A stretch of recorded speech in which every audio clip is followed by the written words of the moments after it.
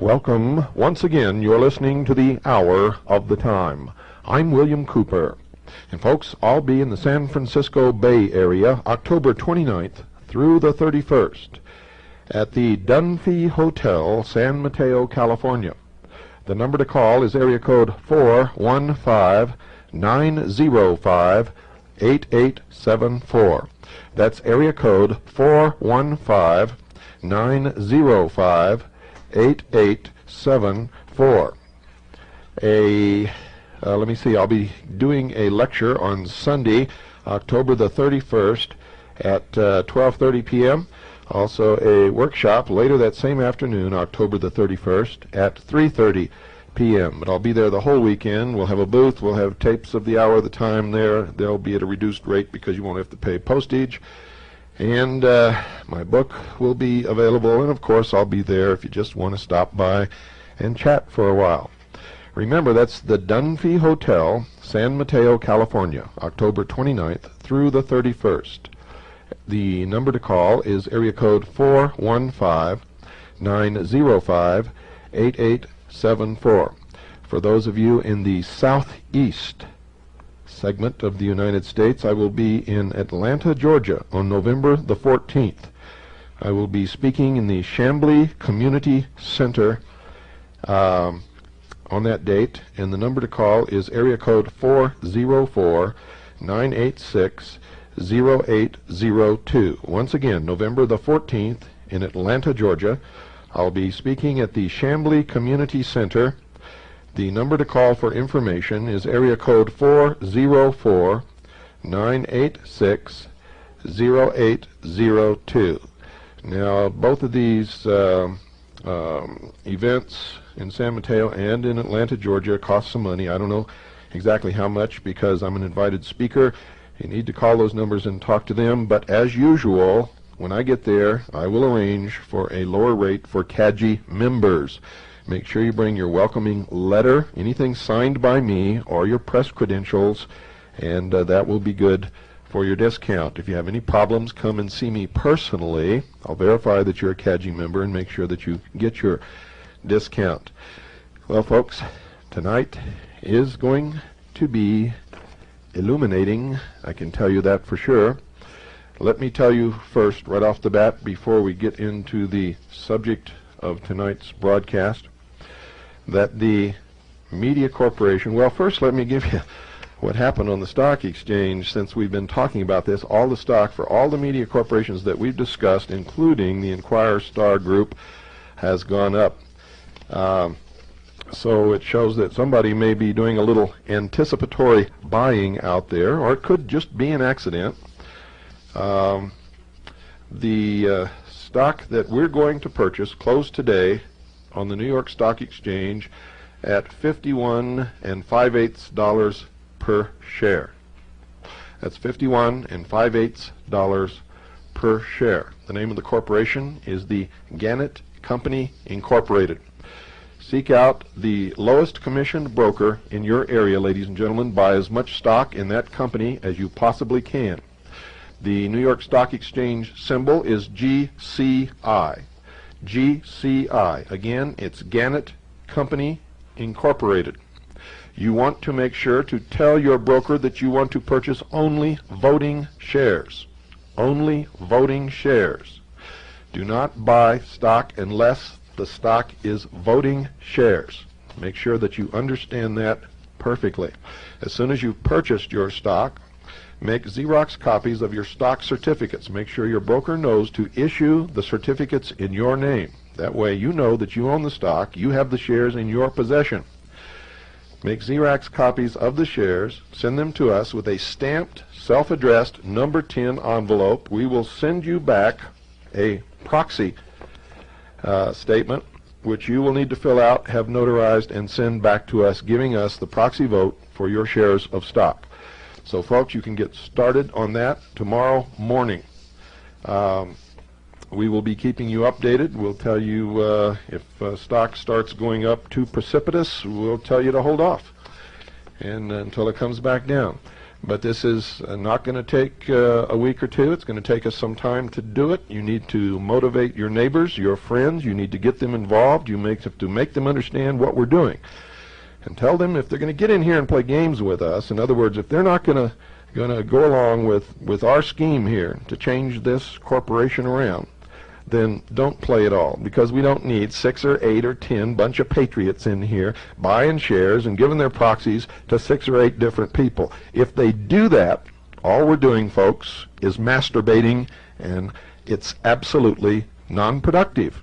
Maybe a lot of fun. Everybody can say, oh, I'm really participating, but it's not going to amount to anything, ladies and gentlemen. So make sure you understand that. Either participate and go along with what we intend to do so that we'll have the power of a large block of voting stock owned by citizens of this country who are sick and tired of what the news media has been doing to us, and can turn this corporation around and make it work in our best interest, or get the hell out of town and don't interfere with what we're doing.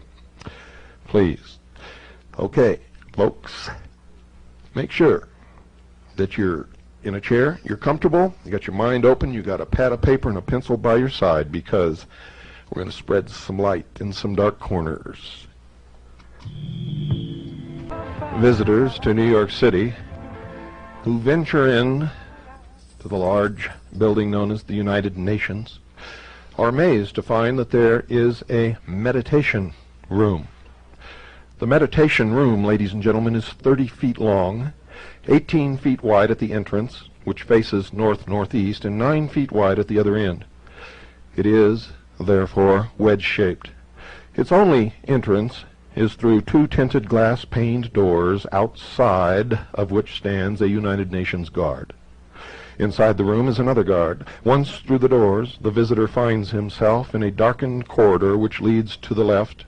The sharp transition from a world of light to one of extreme darkness forces a feeling of abrupt withdrawal from the outside world upon the senses of the visitor, who walks along the corridor, reaches the inner arched entrance, turns right, and then looks into the room. The room is very dimly lit. The only source of light at first glance is that which is reflected squarely from the gleaming upper surface of the brooding, somber altar in the center of the room.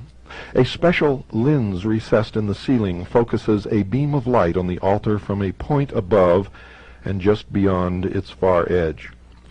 Thin lines of bluish light lap the edges of the shadow cast by the altar. The acoustical properties of the room are unique. The edges of padding material behind the paneling on the walls can be detected at the ceiling level. This absorbs sound, as does the Swedish woven blue rug which covers the floor of the corridor and the back of the room. The room is as quiet as an underground tomb. Its floor is paved with blue-gray slate slabs laid in a haphazard pattern. At the edge of the rug are 2 very low railings extending out from the east and west walls of the room. The center space between the railings is some 6 feet in width. To the right of the inner entrance are 10 low wicker benches arranged in 2 rows of 3 and 1 back row of 4 against the corridor wall. Attempts by visitors to pass the railings are discouraged by the guard. The mural is a fresco which was painted originally on wet plaster, 1 section at a time, by the artist with the aid of an expert in this work brought from Europe. It is set into a steel-framed narrow panel projected from the wall, behind which is an enclosed area some 6 inches deep which has its own light source. A small square projector set close against the front base of the altar throws a diffused beam of light from a recessed aperture upon the surface of the mural. There are also 10 hidden lights, 5 on each side of the room, behind the upper edges of a thin suspended ceiling which extends out over the room from the top of the mural. The 18-inch space between the two ceilings contains the light control apparatuses. The lower ceiling is wedge-shaped and separated from 3 walls of the inner room by a foot-wide space. Thus the room appears to be much longer than it really is, because of the many converging lines leading into the narrow end, the corners of which are rounded off on either side of the mural. The altar is 4 feet high and rests on 2 narrow cross pieces. It is a dark gray block of crystalline iron ore from a Swedish mine and weighs 6 1/2 tons. The Swedish government presented this block of ore, the largest of its kind ever mined, to the United Nations in early 1957. The chunk rests on a concrete pillar that goes straight down to bedrock. The area and passageway beneath the room are closed to the public. The chunk of ore has been described as a lodestone or magnetite, which is strongly magnetic and which possesses polarity. In northern Sweden are what may be the largest magnetite deposits in the world, believed to have been formed by segregation in the magma. Magma is the term for molten material held in solution under the pressure of the Earth's crust. The fresco mural was described in the United Nations Review of January 1958 as having been designed, quote, to conform with the purity of line and color sought for what Secretary General Dag Hammarskjöld has called a room of stillness, unquote. It was painted predominantly in shades of grays and blues, but includes yellow and white patterns and a black half sphere. Light, pure colors intersect to form deeper shades.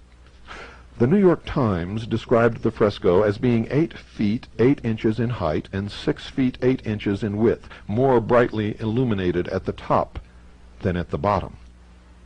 Bo Beskow, an old friend of Dag Hammarskjöld, painted the mural. Quote, Dag had me start sketches on this last summer, unquote, he said. Quote, he wanted me to do the actual work right here in the room, so I have been here since October 6th, 1957, unquote. The mural was seen for the first time, ladies and gentlemen, on November the 11th, 1957. During the period of the remodeling, the guards were on hand during the day to keep out the curious, and at night the room was locked up with a chain and padlock. The artist said of his work, quote, it has no title, and you can make what you wish of it, unquote.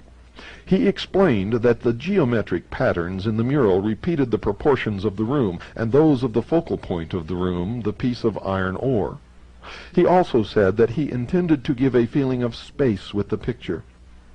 The United Nations Review story stated that, quote, he sought to open up the room so that the eye can travel in the distance when it strikes the wall. To give a slight upward movement, he said he designed winding circles in a spiraling diagonal line which might be compared to a vibrating musical chord. As a resting spot for the viewer's eyes, he provided one spot of black amid the light colors, a half circle at which all lines of the fresco and the room converge. In the New Yorker story cited earlier, Beskow was quoted as saying, quote, my fresco contained no intentional symbols, though I've heard people say that the black and pale blue circle in the upper middle section of the panel stands for the cosmos. All that I seriously sought to do was to open up the wall in order to let the eye travel farther, and to open up the mind, provoking meditation, but not directing it, unquote. The mystic P.D. Ouspensky has written that in, quote, real art nothing is accidental, it is mathematics. Everything in it can be calculated. Everything can be known beforehand. The artist knows and understands what he wants to convey, and his work cannot produce one impression on one man and another impression on another, presuming, of course, they are people on one level. At the same time, The same work of art will produce different impressions on people of different levels, and people from lower levels will never receive from it what people of higher levels receive. This is real objective art. An objective work of art affects the emotional and not only the intellectual side of man," unquote. Mr. Besco's picture is described as non-objective, yet its composition admittedly reflects the dimensions of the room and the chunk of iron ore. This, ladies and gentlemen, involves mathematics. He said of his mural, quote, "You can make what you wish of it," unquote, yet he admittedly sought to create a specific subjective effect in the mind of the spectator. Consequently, Mr. Besco's remarks create confusion rather than understanding. The leaflet made available to those who visit the meditation room was written under the direction of Dag Hammarskjöld himself. Its description of the room is deliberately couched in abstruse language.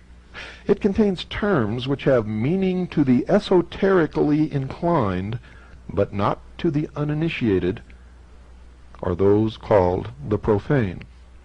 These terms will be explained, and have in fact been explained during the Mystery Babylon segments of the Hour of the Time, but for those who may be just beginning to listen to this program, esoteric means that which is hidden and is kept only for the initiated, those who have studied the mysteries. The profane, ladies and gentlemen, is you. I leave myself out because during the process of studying the mysteries, I, with great irony, have become illumined. And if you continue to listen to the Hour of the Time, so shall you. The leaflet reads, quote, "We all have within us a center of stillness surrounded by silence. People of many faiths will meet here, and for that reason none of the symbols to which we are accustomed in our meditation could be used. However, there are simple things which speak to us all with the same language. We have sought for such things, and we believe that we have found them in the shaft of light striking the shimmering surface of solid rock. So in the middle of the room we see a symbol of how daily the light of the skies gives life to the earth on which we stand, a symbol to many of us of how the light of the Spirit gives life to matter. But the stone in the middle of the room has more to tell us. We may see it as an altar, empty not because there is no God, not because it is an altar to an unknown God, but because it is dedicated to the God whom man worships under many names and in many forms. The stone in the middle of the room reminds us also of the firm and permanent in a world of movement and change.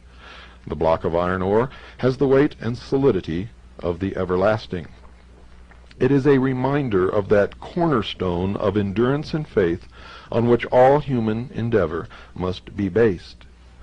The material of the stone leads our thoughts to the necessity for choice between destruction and peace. Of iron man has forged his swords, of iron he has also made his plowshares. The shaft of light strikes the stone in a room of utter simplicity. When our eyes travel from these symbols to the front wall, they meet a simple pattern, opening up the room to the harmony, freedom, and balance of space. There is an ancient Chinese saying that the sense of a vessel is not in its shell, but in the void. So it is with this room. It is for those who come here to fill the void with what they find in their center of stillness," unquote. The World Goodwill Bulletin is published by Lucis Press Limited, owned by Lucis Trust, at 88 Edgware Road, Marble Ark, London, W2, England. The New York branch, the Lucis Publishing Company, 11 West 42nd Street, 32nd floor, issues materials on its Arcane School, 3-member Triangles, and World Service Fund, and publishes the Beacon magazine. This company, ladies and gentlemen, was originally established as the Lucifer Publishing Company, but changed its name on November the 11th, 1924, to the less startling one it bears today. A third branch of the Lucis Trust is located at 1 Rue de Verembe 3E, Geneva, Switzerland. Alice A. Bailey, the now deceased high priestess of the occult arcane school, established and headed the trust and its self-identified Society of Illumined Minds. This powerful group has intimate connections with the United Nations. The World Goodwill Bulletin issued a special edition on the United Nations in July 1957, which contained an article entitled, quote, "Lodestone," unquote. We quote from its description of the meditation room. Quote, "The visitor will be totally unprepared for what he will see as he steps in the door for a moment of quiet. Because of the converging walls and the dim light, he will experience a peculiar spatial disorientation, and dimension and perspective will seem difficult to establish. In the center of the room, he will see, illuminated by a single point of light from the ceiling, a rectangular mass. The ore piece is many millions of years old. One feels as though one is in a repository for some natural talisman of significant and noble importance, rather than in a chapel in the ordinary sense. Those who are wedded to seeking communion in traditional settings may be somewhat ill at ease here. This is a sudden break with prior experience. One is thrown violently upon his own resources. The room and the concept do not seem indicative of the supplications or the dualistic concept of the mystic in which illumination is sought as a boon granted by deity. Rather, seemingly inherent in the decoration of the room, in the pinpoint of light playing on the ore, is the concept of a personal concentration of forces, creating a focus that illumines the field of attention. The pinpoint of light, the void of space, the illuminated crystalline ore, one feels projected into a setting of cosmological symbolism rather than one of planetary or even solar intent. It is interesting to speculate on what the long-term influence of this new departure will be on current religious thinking. Ensconced here in the highest hall of man, it cannot be inconsiderable. Whatever interpretations one may attribute to the United Nations Meditation Room, it can be said with certainty that the words and the repercussions have only just begun, unquote. Folks, the new departure in religion referred to did not occur by chance. Tremendous pressure was brought to bear on Trygve and Dag Hammarskjöld to install such a room at the United Nations by such organizations as the World Council of Churches. Trygve announced on April 18, 1949, that such a room would be established. The Fifth General Assembly opened with 1 minute of silence as a religious observance. Shortly thereafter, a temporary meditation room was provided at Lake Success, New York. On February 9, 1951, a meditation room was opened for 1 day at the United Nations Secretariat building. Then on October 14, 1952, the opening day of the Seventh General Assembly, a permanent meditation room was made available to the public.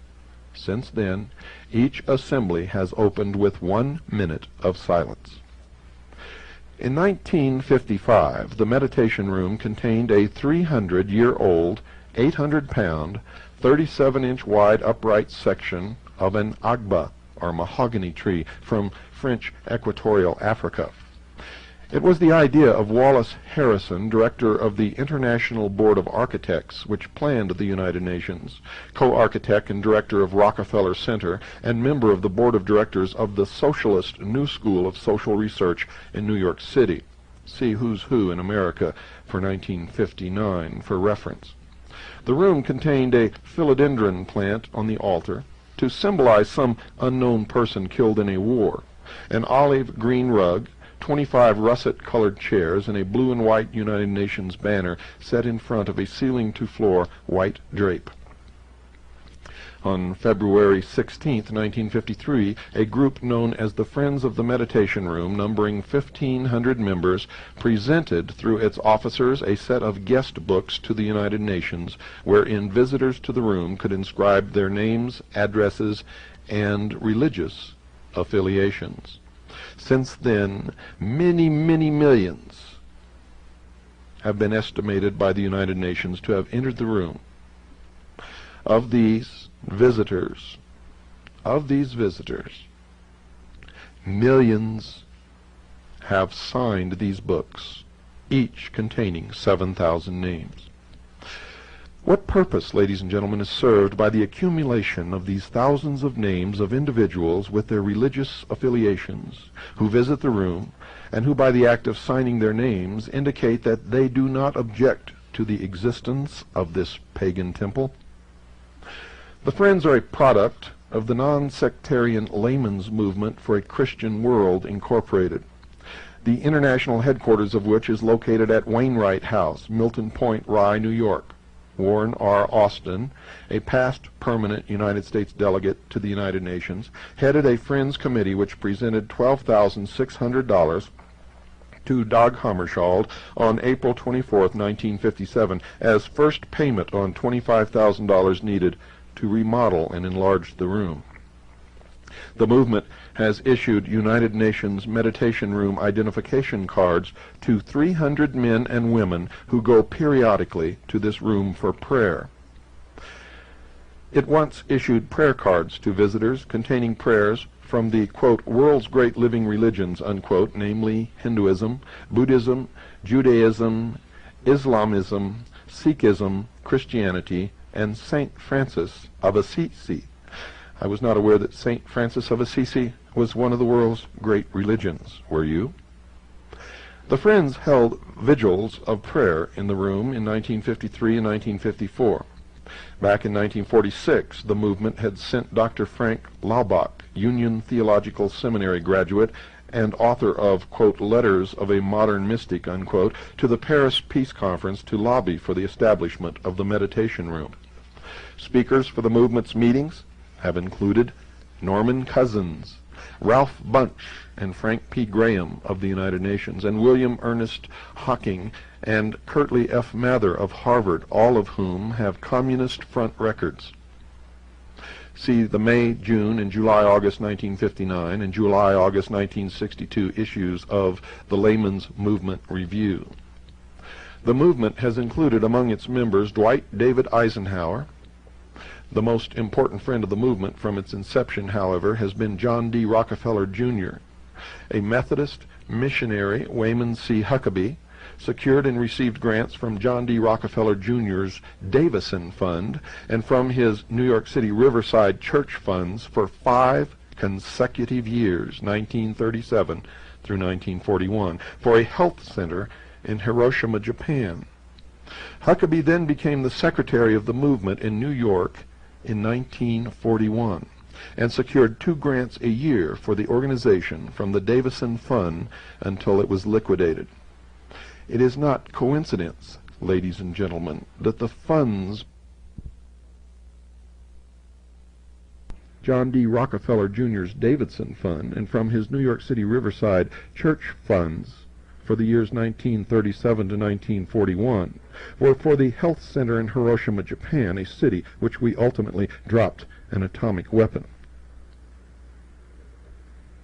Rockefeller, ladies and gentlemen, continued his yearly grants without fail from his own personal funds. During the 22 years Huckabee remained with the movement, $1 million was raised for its work. When the movement first sought to secure Wainwright House for its headquarters in 1951, John D. Rockefeller, Jr. gave $5,000 of the $25,000 needed. Since 1951, 10,000 individuals have signed the guest book of Wainwright House. 5,000 have attended its public meetings. Its members have been addressed by the President of the National Council of Churches. Its conference rooms have been used by the Episcopal, Presbyterian, Methodist, Baptist, Congregationalist, and Quaker churches. When the Friends of the Meditation Room agreed to raise $15,000 to pay for the redecoration of the room, John D. Rockefeller, Jr. gave $5,000 of the amount sought. Dag Hammarskjöld personally raised another $10,000 from the Marshall Field family for the cost of the fresco in the room. The United Steelworkers, AFL-CIO, gave $500. The movement was formed, ladies and gentlemen, in 1940. The man who started it was Dr. Arthur Compton, the scientist who first brought the identified communist and accused agent espionage Professor J. Robert Oppenheimer into the Atomic Energy Project in 1942. Wainwright House has its own meditation room on its second floor. The room contains the Agba wood altar first used in the UN meditation room and the cherry wood chairs and drapes from that room presented to the Friends by the United Nations in 1957. The house also contains a large library centered around the Thomas Sugrue Memorial Library, a $1,600 collection of books on religion and occultism, where one may read up on spiritualism, Zen, Taoism, yoga, Judaism, etc. Every book in the library has a bookplate therein designed by the artist Fritz Eichenberg. His bookplate depicts the ancient cross in the shape of a T surrounded by a serpent symbolizing wisdom and healing and forming the letter S. The T and S, Thomas Sugrue's initials, are crowned by the lotus, Vedantic representation of all being. In the background lies the city of Jerusalem, over which shine two stars, the star of the east of Christianity and six-pointed star of Judaism. A flame spreads an arc of light above, proclaiming the continuity of life and the immortality of the soul. M. Oldfield Howey tells us in The Encircled Serpent that in the symbolism of Egypt the serpent is constantly represented as surmounting a cross. The brazen serpent was a palladium or talisman in the form of a serpent coiled around the mystic Tau or T. The serpent set up by Moses was originally the Egyptian sun god who is now known to his people as Jehovah." Unquote. Joseph von Hammer, in the History of the Assassins, explains the Tau as the figure of the phallus. Quote, "Among the Egyptians, the lotus was the symbol of Osiris and Isis. It was esteemed a sacred ornament by the priests. The six-pointed star is the great oriental talisman known as the Seal of Solomon." Its meaning, ladies and gentlemen, and the identity of Osiris and Isis has already been explained in past episodes of the Hour of the Time. It will also be explained on a later edition of the Hour of the Time when we discuss the Great Seal of the United States of America. The arc of light on the bookplate is the Ein Sof from the Kabbalistic writings, or mystical theosophy, which teach that it created the world by virtue of 10 emanations from the Infinite One. The emanations, or Sephiroth, are arranged into a form called the Tree of Life, which in turn is vertically composed of 3 pillars. C.W. King, in his Gnostics, states that the 2 outer pillars figure largely amongst all the secret societies of modern times. And naturally so, for these Illuminati have borrowed without understanding it the phraseology of the Kabbalists. Dag Hammarskjöld calls the altar a reminder of that, quote, "cornerstone on which all human endeavor must be based," unquote. The meditation room faces north-northeast. To enter the room, one must proceed from darkness to light. From darkness to light. With these facts in mind, note the Kabbalistic symbolism of the following description of the cornerstone by an authority. Quote, "In its situation, it lies between the north, the place of darkness, and the east, the place of light, and hence this position symbolizes progress from darkness to light, and from ignorance to knowledge. The permanence and durability of the cornerstone is intended to remind us that long after our death we have within ourselves a sure foundation of eternal life, a cornerstone of immortality and emanation, which pervades all nature and which therefore must survive the tomb," unquote. On a higher level of esoteric knowledge, the metal altar or stone can be likened to the ancient stone of foundation, which according to the same authority cited above was supposed, quote, to have been placed at one time within the foundations of the Temple of Solomon, and afterwards, during the building of the second temple, transported to the Holy of Holies. It was in the form of a perfect cube, or as the Freemasons call it, ashlar, and had inscribed upon its upper face within a delta or triangle the sacred tetragrammaton or ineffable name of God. In a scurrilous book of the Middle Ages, The Life of Jesus, there was another account of the stone. Quote, at that time there was in the temple the ineffable name of God inscribed upon the stone of foundation, unquote. This scandalous book proceeded to state that our Savior, quote, cunningly obtained a knowledge of the tetragrammaton from the stone of foundation, and by its mystical influence was enabled to perform his miracles. There was a very general prevalence among the earliest nations of antiquity of the worship of stones as the representative of deity, and in England the Queen sits upon a throne under which is a stone. This happens in almost every ancient temple, and in every ancient temple there was a legend of a sacred or mystical stone. The mystical stone there has received the name of the, quote, stone of foundation, unquote. And the scribes who had come down from Jerusalem said, quote, he has Beelzebub, and by the prince of devils he casts out devils, unquote.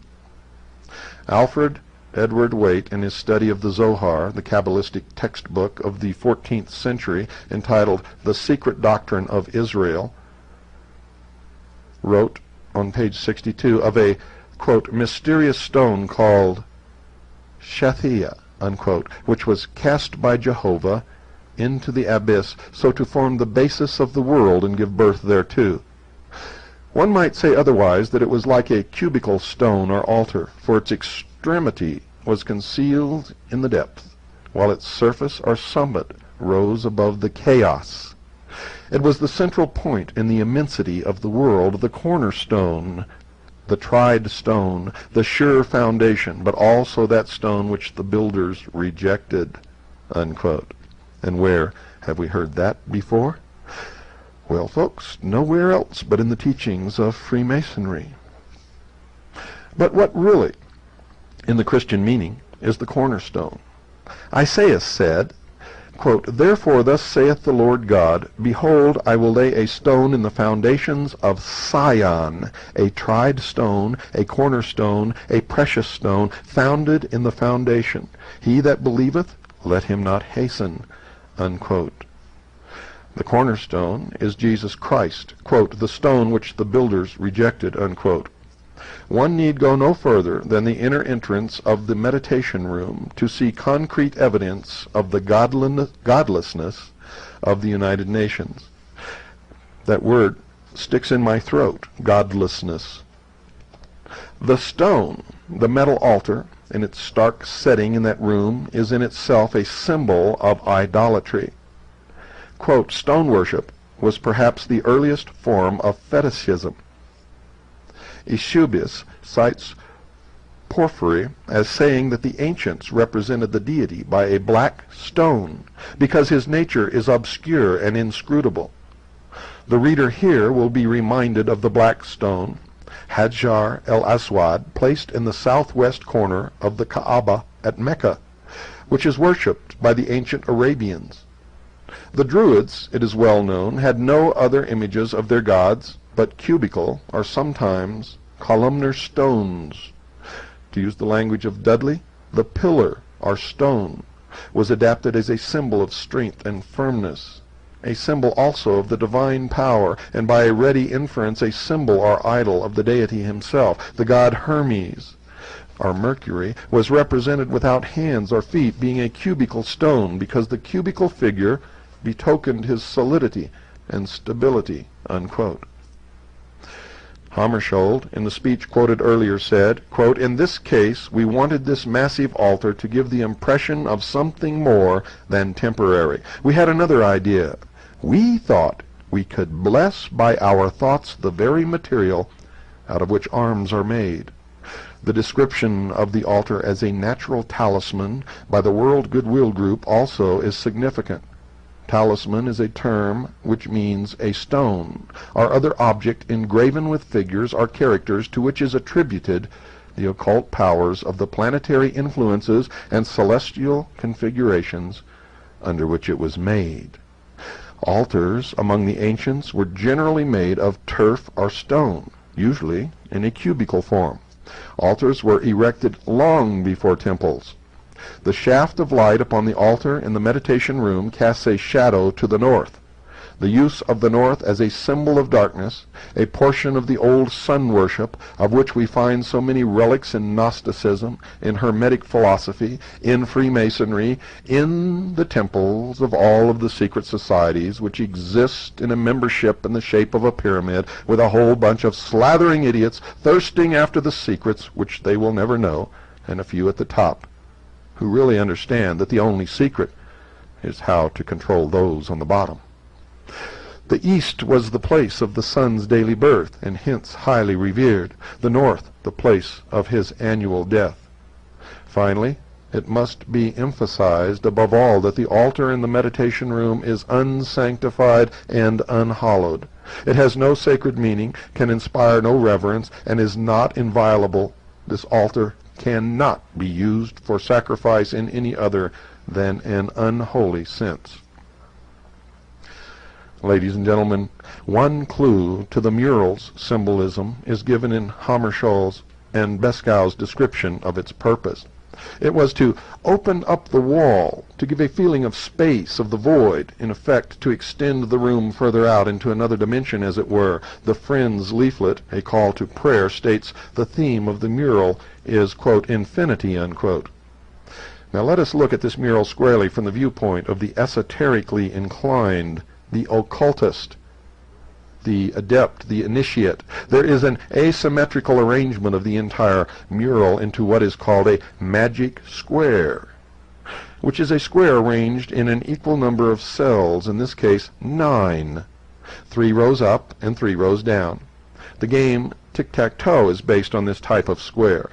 The talismanic magic square has a series of numbers in the cells, the enumeration of all of whose columns vertically, horizontally, and diagonally will give the same sum. The following 9 digits, so arranged as to add up to 15 in any direction, were regarded as sacred because 15 is the numerical value of the Hebrew word for God, Yah, spelled J-A-H, which is one of the forms of the tetragrammaton. And in the rows, going across from left to right in each row, the first row, the numbers are 4, 9, and 2. In the second row, the numbers are 3, 5, and 7. And in the third row, the numbers are 8, 1, and 6. Whether you add them up diagonally, vertically, or horizontally, no matter in which direction you go, it always adds up to the number 15. The predominantly dark blue rectangle, which occupies most of the middle tier of the mural, the upper side of which passes through the exact middle of the small bisected sphere, represents the altar.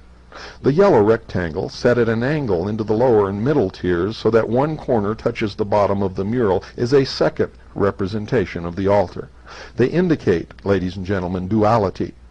Remember the yin and the yang, positive, negative, male, female, the androgynous God, the yellow figure, light, the sun, the blue figure, earth, the altar. Both rectangular figures are overlaid in part by other patterns in other colors. The all-important sphere in the left upper middle section symbolizes, among other things, the sun. Sun worship was the oldest and by far the most prevalent of all the ancient religions. The sphere is bisected and quartered.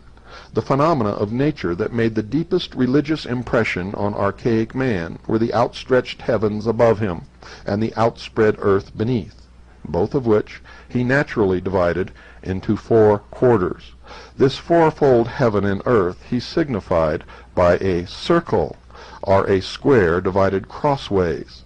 The circle, ladies and gentlemen, is met with in every form of sorcery. The circle in quadrants is called the magic circle. The objects and the meditation room are intended to be evocative in the religious sense. Of what? Well, the mural and altar are admittedly symbols. By symbolism, the simplest, the commonest objects are transformed or idealized and acquire a new, and so to say, an illimitable value. An expert on these subjects has written, quote, "Under occult dominion art, music and politics all tend to the same end, confusion, a calculated and inducted confusion, chaos, for minds that are confused will obey and bow to the hidden masters, and out of chaos comes order." And isn't that the motto of the 33rd degree of Freemasonry? Ordo ab chao.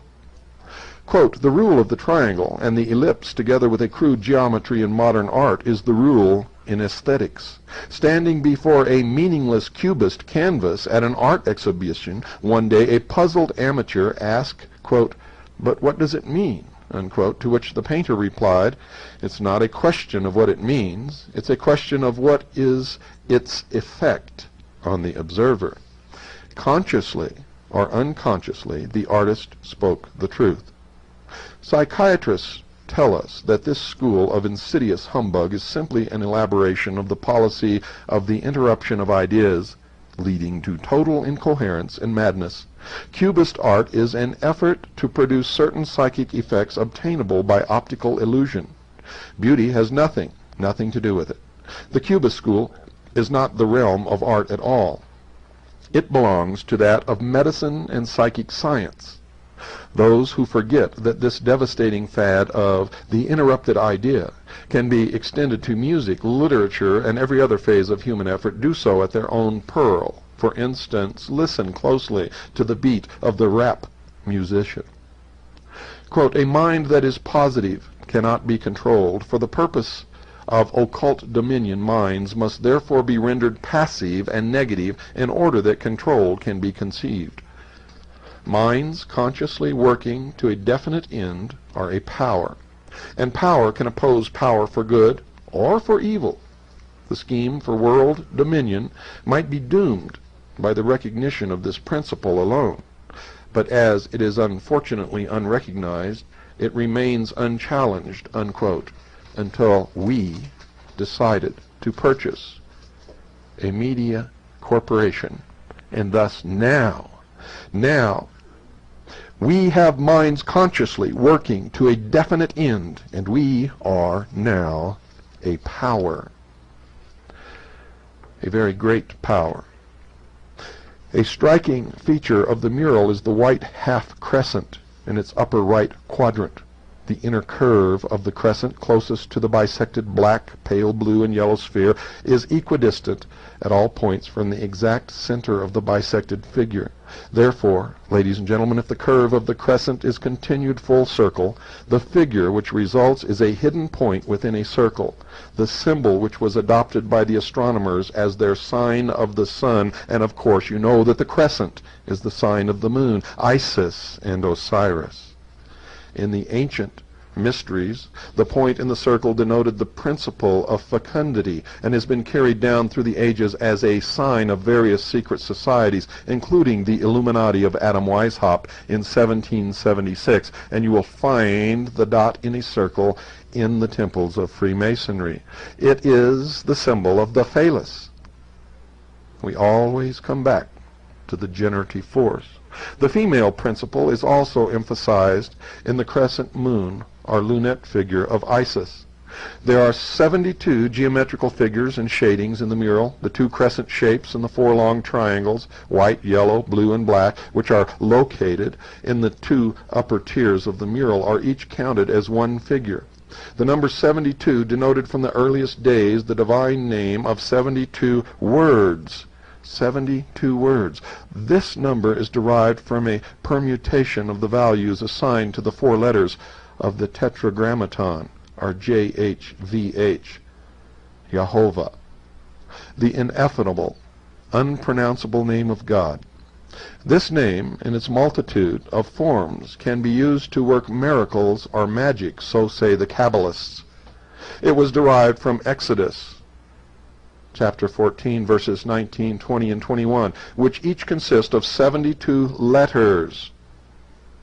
Now, if these three verses be written at length, one above another, the first from right to left, the second from left to right, and the third from right to left, or as the Greeks would say, boustrophedon, they will give 72 columns of 3 letters each. Then each column will be a word of 3 letters, and as there are 72 columns, there will be 72 words of 3 letters, each of which will be the 72 names of the deity alluded to in the text. And these are called the Shem Ham Pharesh. 72 is also the number of the quinaries, or sets of 5 degrees in the 360 degrees of the zodiac. The number of triangles in the mural are difficult to count. There are 22 isosceles, equilateral, scalene, right-angled triangles. There are also 22 numbered letters in the ancient Hebrew alphabet with values of 1 to 400. The triangle is an ancient emblem of the deity. It is also a sign of the female element. However, if the apex of the triangle is pointed down, it becomes the male element. Thus, inverted, it may also represent Lucifer, particularly if it is black in color. The sphere figure, or the spiral figure, intertwined with the mural-length diagonal line, symbolizes the caducus of Hermes, or Mercury, which mythologically is represented as 2 serpents twined around the winged wand of Mercury. 9 arcs are formed by the intersections of the spiral line with the diagonal. The 9th Hebrew letter, Teth, with the value of 9, has the signification of serpent. The number of the beast of Revelation is 666, which Kabbalistically is 9, the number of generation. The twin serpents of the caducus are negative and positive, representing polarity, and twine around the spinal column. They are the kundalini, or sex force. In the encircled serpent, the chapter on the caducus contains references on page 72 to the ancient use of the symbol without wings as seen in the mural. The caducus is also the symbol of peace, the propaganda term associated with the United Nations. The serpents are male and female, the sun god and the moon god, and are symbols of generation, or the phallus. Buddha was symbolized by the serpent, and in mythology is identical with Mercury. The center sphere and the outer circles around it form the all-seeing eye. This bisected sphere overlays an isosceles triangle bounded on one side by the diagonal line. According to Manly Palmer Hall in his occult treatise on the secret destiny of America, the all-seeing eye is that of the great architect of the universe, whenever it appears as a symbol of God. His explanation is that which is generally accepted. It is, however, erroneous. A full commentary on the meaning of this all-important symbol has already been dealt with in previous episodes of the Hour of the Time. The mural, if viewed from the top or the roof overhead of the meditation room, is the truncated top of a pyramid. Behind the mural is a smaller pyramid, which is that which contains the eye, the all-seeing eye of Lucifer. Good night, and God bless each and every single one of you.